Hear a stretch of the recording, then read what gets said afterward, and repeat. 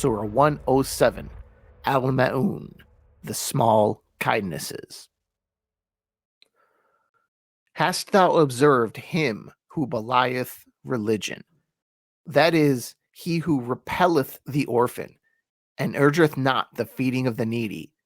Ah, woe unto worshippers, who are heedless of their prayer, who would be seen at worship, yet refuse small kindnesses.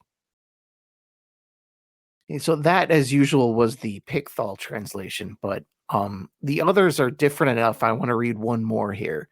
This is the Sahih International. Have you seen the one who denies the recompense? For that is the one who drives away the orphan and does not encourage the feeding of the poor. So woe unto those who pray, but who are heedless of their prayer, those who make show of their deeds and withhold simple assistance. And now the Arabic, as recited by Saad Al-Ghamdi. بسم الله الرحمن الرحيم أرأيت الذي يكذب بالدين فذلك الذي يدع اليتيم ولا يحض على طعام المسكين فويل للمصلين الذين هم عن صلاتهم ساهون الذين هم يراءون ويمنعون الماعون. This is usually considered a Meccan surah, but some have argued that it is both Meccan and Medinan. Many commentators have vociferously denied this, but for those who do think it's both, I completely see their point. Because the first 3 lines and the last 4 lines are, arguably, addressing 2 entirely different audiences. The first 3 lines are talking about those who deny religion or deny the day of judgment and don't care much for orphans or the poor. That sounds like a pagan community. Then look at the last 4 lines. Who does that describe? Who else, other than Muslims, would be going through the motions of prayer or doing it just to be seen? So it seems that the first 3 address a Meccan audience and the last 4 would probably address a Medinan audience, but God only knows. So an interesting note on the Arabic here. Go back to that first line. Hast thou observed him who belieth religion? Or in simpler English, more modern English, deny religion. More on Pickthall's word choice there in a minute, because it's pretty spectacular when you get down to it. Some other translators, most of them actually, translate this as denial of the day of judgment or something similar. And they're not wrong either. Funny thing about deen, which is the Arabic word in question here. Deen can mean faith, or it could mean the actual day of judgment. There's a couple definitions.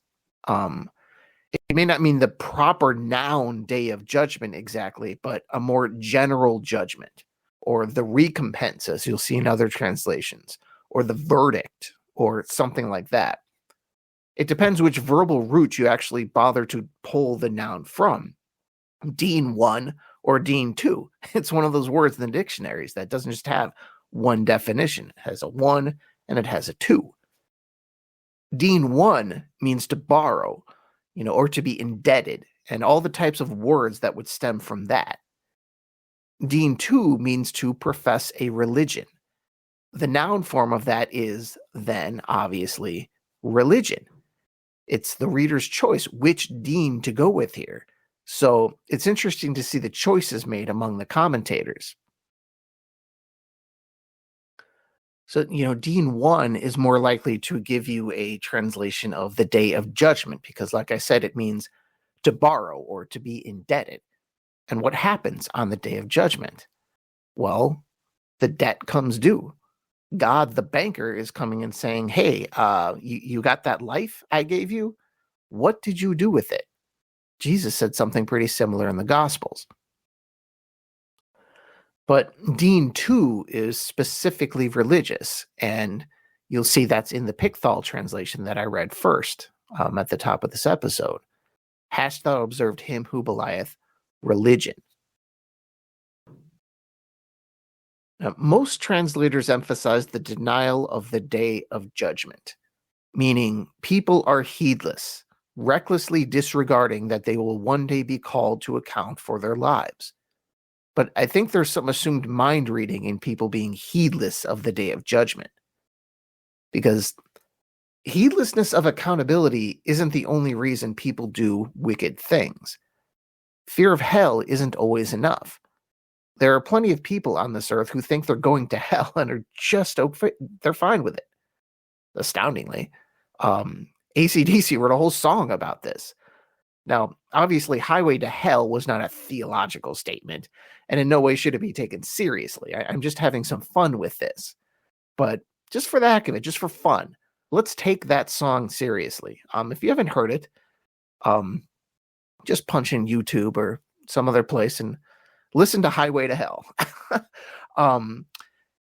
Here, the lyricist is going to be just fine living a wicked life and accepting the consequences. He's not denying the day of judgment. He doesn't lack faith in accountability. What he lacks is religion, or at least a thoroughly coherent understanding of religion. He lacks the spirit of true religion. In other words, he lacks deen. He also clearly lacks understanding of what kind of host Satan is going to be, but that's a different point. So I think the Pickthall translation is better here. Those who belieth religion. Not deny religion, not lack religion. Belie religion. Now, what makes this word choice so good? What makes this word choice so good is that it captures the element of disguise that is a theme of this surah, of the people pretending to do one thing, but meaning another. For those whose second language is English, for those who just don't know, belie isn't a well-known English word. It means to disguise, or to contradict, or to run counter to something. And it's not usually used in the way Pickthall used it. It's usually comparing two specific things, and not in the more general way Pickthall uses it. Just one example of this usage, the normal, common usage of belie. Let's say you meet the notorious serial killer Ted Bundy, who was famous for being a nice guy on the outside and a killer on the inside. Now, you'd probably say, Ted Bundy's charm belies his evil nature. Or one more example. The grizzly bear's massive size belies just how fast that animal actually is. It's not a word you hear much in modern English anymore, but it may have been more common in Pickthall's day. There's also another more expansive reading of this from Muhammad Asad, or Asid. I actually don't know the pronunciation. Apologies if I got it wrong. He's a lesser known commentator, but a favorite among one of my former professors. We're still just talking about the first line, by the way.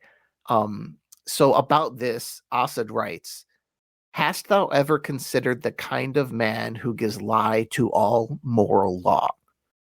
That's his translation. Hast thou ever considered the kind of man who gives the lie to all moral law? Interesting. That takes it a step further, noting that the man isn't just lacking religion, he's lacking morality entirely. He took deen to the next level. This is not deen 1 or deen 2, it's deen 3 that he created, and it's actually very interesting. And that's written for a more modern reader who believes that one can be moral without being religious, which is why I think he just took that element out of it. Now, regardless of the particulars of language, the overriding theme here is sincerity. Be it charity or devotion to God, this surah is emphasizing that Islam must be practiced sincerely or it doesn't mean anything. Well, it doesn't mean anything, but you get the idea.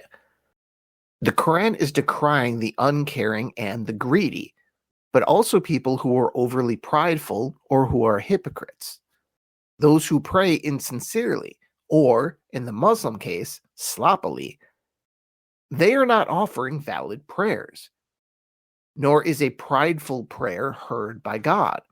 The point of prayer is not to show everyone how pious you are, especially if you're a jerk when you're done anyway.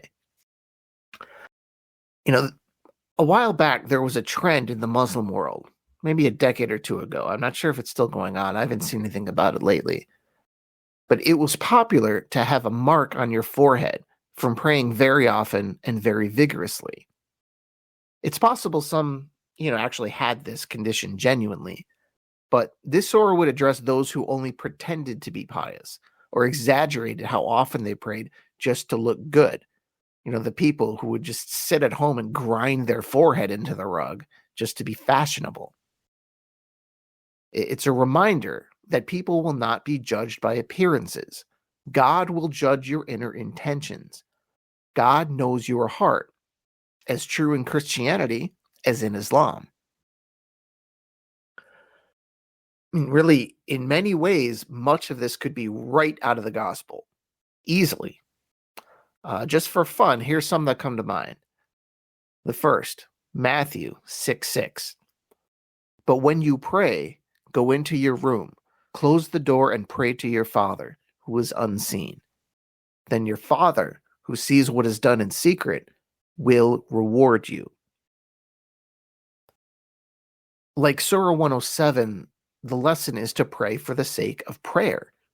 Do not do it for social status, because that invalidates the whole process, the whole point. Here's a second. Matthew 23, verse 2-7. The teachers of the law and the Pharisees sit in Moses' seat. So you must be careful to do everything they tell you, but do not do what they do, for they do not practice what they preach. They tie up heavy, cumbersome loads and put them on other people's shoulders, but they themselves are not willing to lift a finger to move them. Everything they do is done for people to see. They make their phylacteries wide and the tassels of their garments long. Phylacteries are a thing they wore. They love the place of honor at banquets and the most important seats in the synagogues. They love to be greeted with respect in the marketplaces and to be called rabbi by others. Again, insincerity and public piety. The warning here is about religious authorities who are more concerned with their own power and prestige than with God or the people they are supposed to be taking care of. Here's another one. Luke 18, 10-14.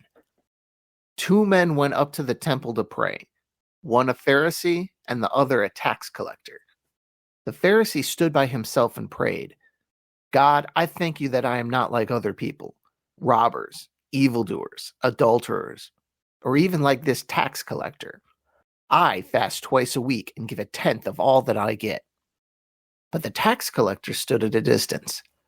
He would not even look up to heaven, but beat his breast and said, God, have mercy on me, a sinner. I tell you that this man, rather than the other, went home justified before God. For all those who exalt themselves will be humbled, and those who humble themselves will be exalted. I love that passage, by the way. That's very special to me. For anyone who has ever been in the position of the tax collector and felt the way that the tax collector felt, it's just such a touching passage to read over and over and over again when you've been there. And it's also a reminder that those who are close to God are not always the most obvious. God loves a penitent pimp more than a grandstanding clergyman. That's as true in Jesus' time as in Muhammad's time as in our time. And one last one here, Luke 10, 25-37. You might recognize this as the Good Samaritan. For any non-Christians listening, this is a story you absolutely have to know. But most Christian kids know this by the time they're like 5 or 6. On one occasion, an expert in the law stood up to test Jesus. "Teacher," he asked, "what must I do to inherit eternal life?" Jesus replied, "What is written in the law? How do you read it?"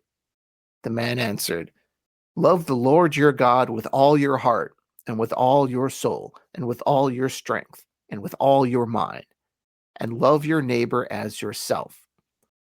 "You have answered correctly," Jesus replied. "Do this, and you will live." But he wanted to justify himself, so he asked Jesus, "And who is my neighbor?" In reply, Jesus said, "A man was going down from Jerusalem to Jericho when he was attacked by robbers. They stripped him of his clothes, beat him, and went away, leaving him half dead. A priest happened to be going down the same road, and when he saw the man, he passed by on the other side. So too, a Levite, when he came to the place and saw him, passed by on the other side." A Levite's kind of a holy man. "But a Samaritan, as he traveled," the Samaritans were, the enemy. Just think of this, insert any enemy you can think of and wherever in the world you are. But a Samaritan, as he traveled, came where the man was, and when he saw him, he took pity on him. He went to him and bandaged his wounds, pouring on oil and wine. Then he put the man on his own donkey, brought him to an inn, and took care of him. The next day, he took out 2 denarii and gave them to the innkeeper. 'Look after him,' he said, 'and when I return, I will reimburse you for any extra expenses you may have.' Now, which of these 3 do you think was a neighbor to the man who fell into the hands of robbers?" The expert in the law replied, "The one who had mercy on him." Jesus then told him, "Go and do likewise."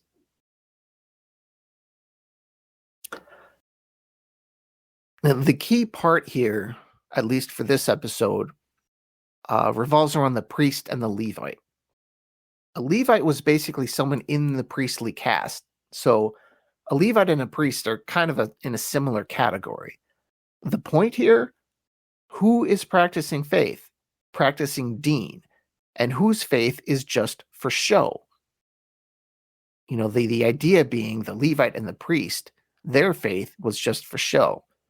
But the Samaritan, he had deen, he had faith through his actions.